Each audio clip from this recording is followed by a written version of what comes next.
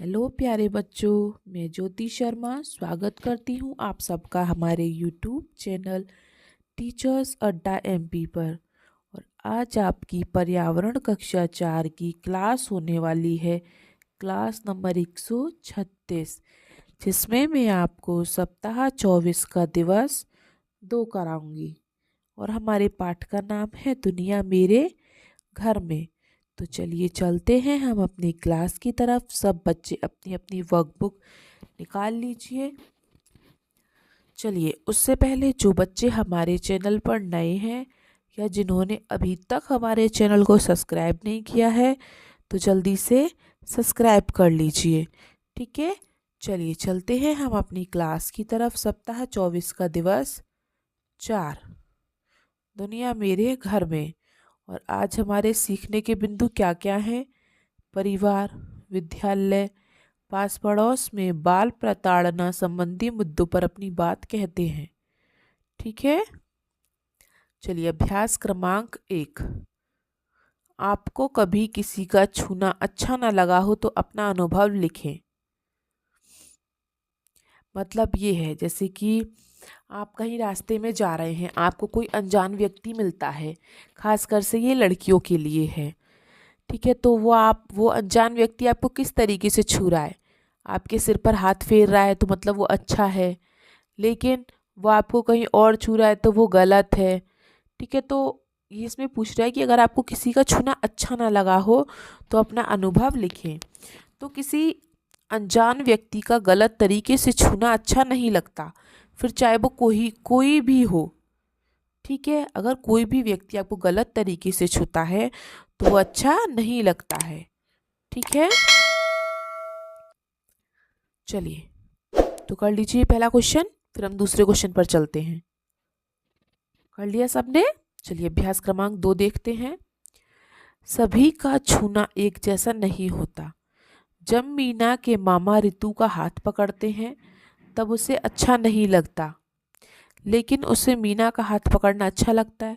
सोचकर बताओ ऐसा अंतर क्यों था? क्योंकि मीना रितु की दोस्त व अच्छी लड़की थी, इसलिए उसका छूना उसे अच्छा लगता था। और जो मीना के मामा का स्वभाव था वो अच्छा नहीं था।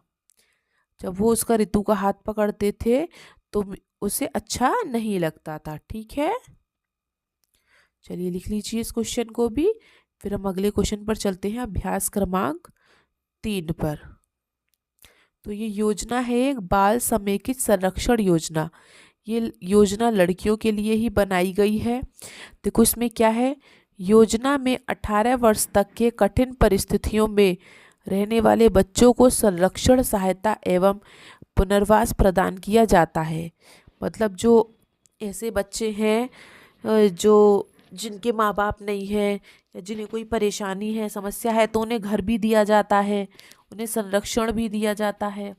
ठीक है, हमारे प्रदेश में लगभग 142 बाल संरक्षण गृह संचालित हैं। ऐसे जो भी अनाथ आश्रम वगैरह जिन्हें हम जो भी बोल सकते हैं, ऐसे बाल संरक्षण हमारे यहाँ पे कितने हैं? 142।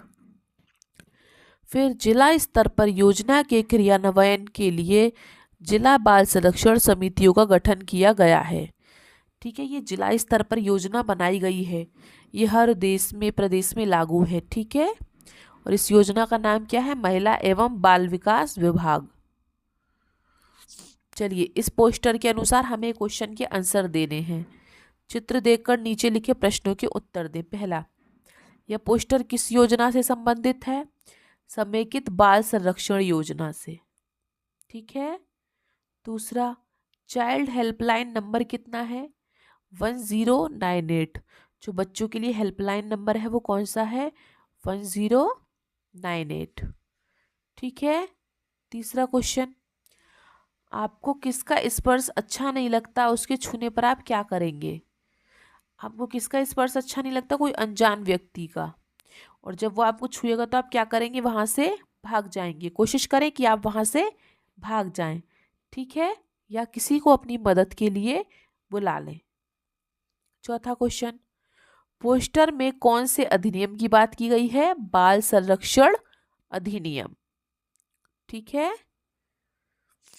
चलिए छठा क्वेश्चन देखिए, आपने बाल संरक्षण से संबंधित पोस्टर कहाँ देखा है?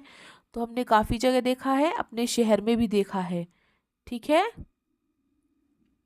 चलिए लास्ट क्वेश्चन है, पोस्टर के अनुसार बच्चों के अधिकार लिखो। तो ये जो पोस्टर है बाल संरक्षण अधिनियम, उसके अनुसार इसमें क्या क्या अधिकार हैं बच्चों के लिए वो लिखना है। ठीक है, तो इसमें काफ़ी सारे अधिकार हैं, जहाँ मैंने आपको ये 2-3 अधिकार लिखवाए हैं, देख लेते हैं। चलिए, पहला है 18 साल तक के बच्चों को संरक्षण, मतलब जो 18 साल तक के बच्चे हैं उन्हें संरक्षण, उन्हें सहायता और पुनर्वास दिया जाता है, मतलब घर भी दिया जाता है रहने के लिए। ठीक है, दूसरा, इन बच्चों को पोषण मतलब खाना वगैरह, शिक्षण मतलब शिक्षा, प्रशिक्षक, स्वास्थ्य उनका जो स्वास्थ्य है की सुविधाएं दी जाती हैं, उनको हर प्रकार की सुविधा भी दी जाती है। ठीक है, तीसरा, प्रदेश में विभिन्न प्रकार के 142 गृह संचालित हैं। तो हमारे प्रदेश में ऐसे कितने घर हैं? 142 घर हैं जहां ऐसे बच्चे रह सकते हैं जिनकी सहायता की जाती है। ठीक है, चलिए तो सब बच्चे से लिख लेंगे। वेरी गुड, चलिए सब बच्चे लिख लीजिए।